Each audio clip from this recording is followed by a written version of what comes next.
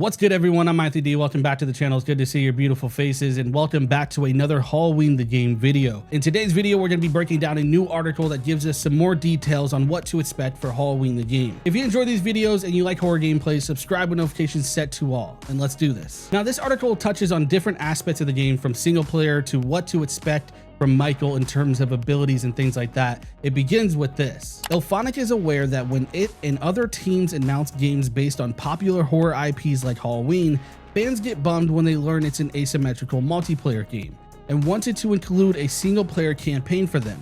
But that's not the only reason. Garrettson tells me that the single player campaign is designed to be played first, as it teaches you how to be the best Michael Myers in the game's multiplayer mode. I absolutely love this idea. When we first got news about a single player mode being in Halloween, the ideas of it connecting to the multiplayer mode immediately is what I was thinking about. I love the idea of using the single player as a tutorial. I also like the idea of having rewards and things like that that encourage you to play the single player mode if you're a multiplayer only kind of guy. Perhaps there's some skins or things that I can unlock in multiplayer that let me use it in single player. So in that case, you keep players bouncing back and forth between the two modes. You'll play through the events of the first Halloween film and a little after to learn never before seen story about that night, and acquire different abilities and perform different kills on citizens of Haddonfield in this campaign. It trains you to be an optimal Michael Myers for multiplayer. Again, that's them touching on the idea of the single player being like a place that you can practice killer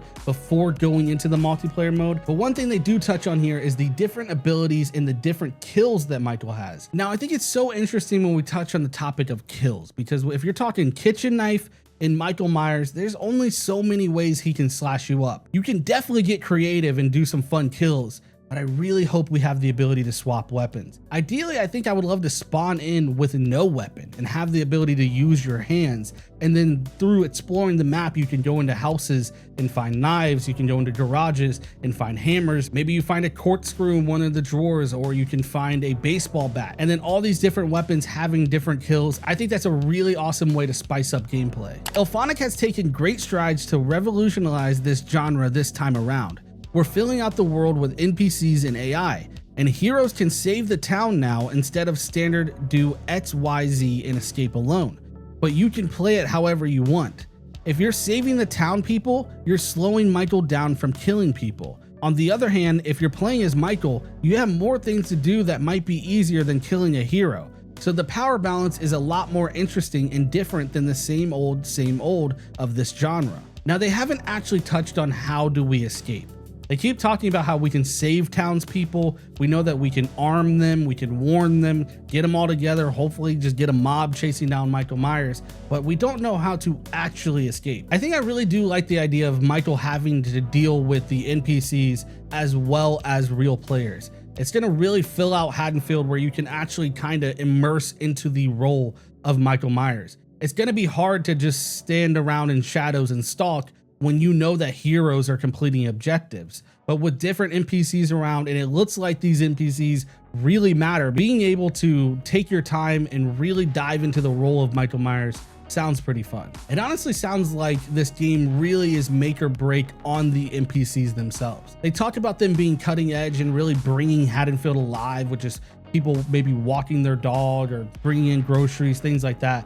But if these NPCs are a little bit more closer to like the Friday the 13th bots, it's not as cool. But if they can really nail these NPCs, make them lifelike, have them in a way where it's interesting enough to want to stay around and stalk them and really hunt them down, I think that's what's really going to matter. Ilfonic is working with the family of Loomis actor Donald Pleasance to use his likeness, as Loomis is the narrator of the game's campaign.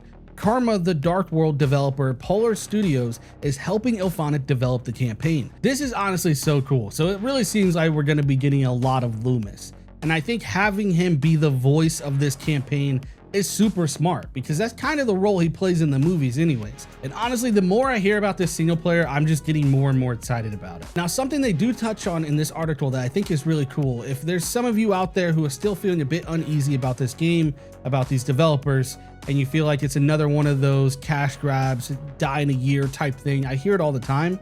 they do touch on how important it is to Ilfonic to keep this game around. In the last video, we talked about how the rights holders VP is saying how important it is to have this game be around. I really think they're starting to hit all the right things here. Ilfonic is still supporting its older titles. It's released new Predator Hunting Grounds content in recent weeks, but this is the first time the entire team will be focused on one project in Halloween. Partly that's because Unreal Engine 5 allows the team to try new techniques it struggled with in the past, such as dynamic lighting and other technological feats. And you hear it right there, the entire team of Ilfonic is coming together to work on Halloween. It really seems like all parties involved understand how big of a deal this game is. After the release of Friday the 13th in 2017, Ilfonic made a massive list of the IPs it wanted to play around in, because you can't just grab an IP and say, okay, we're starting on it. As you might expect, copyright and other rights issues make developing an IP like Predator or Halloween tough. Ilfonic developed Friday the 13th, then Predator, and then had a couple projects that canceled. And while working on Ghostbusters, the Killer Clowns from Outer Space IP landed in its lap.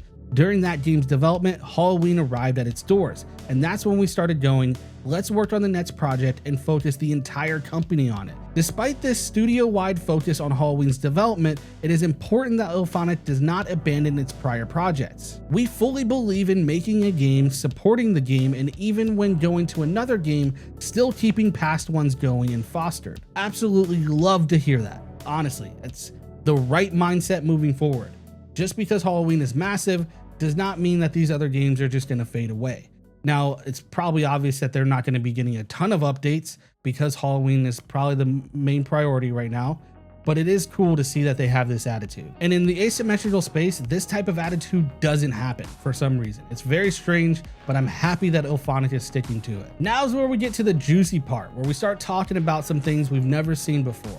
The article goes on to say, for creating Michael's moveset, the team watched Halloween over and over again, paid attention to the things he does in the film, just kind of took that and determined what it means and what if you can XYZ. We connected these things and presented it to the IP team and said, hey, this is what it feels like we can do. The team cracked a mechanic I've never seen in any other game, and that players will have to experience themselves. So that's absolutely got my mind rolling. What is something in the film that Michael does that translates into gaming where we've never seen it before? What is this mysterious mechanic that Michael can do?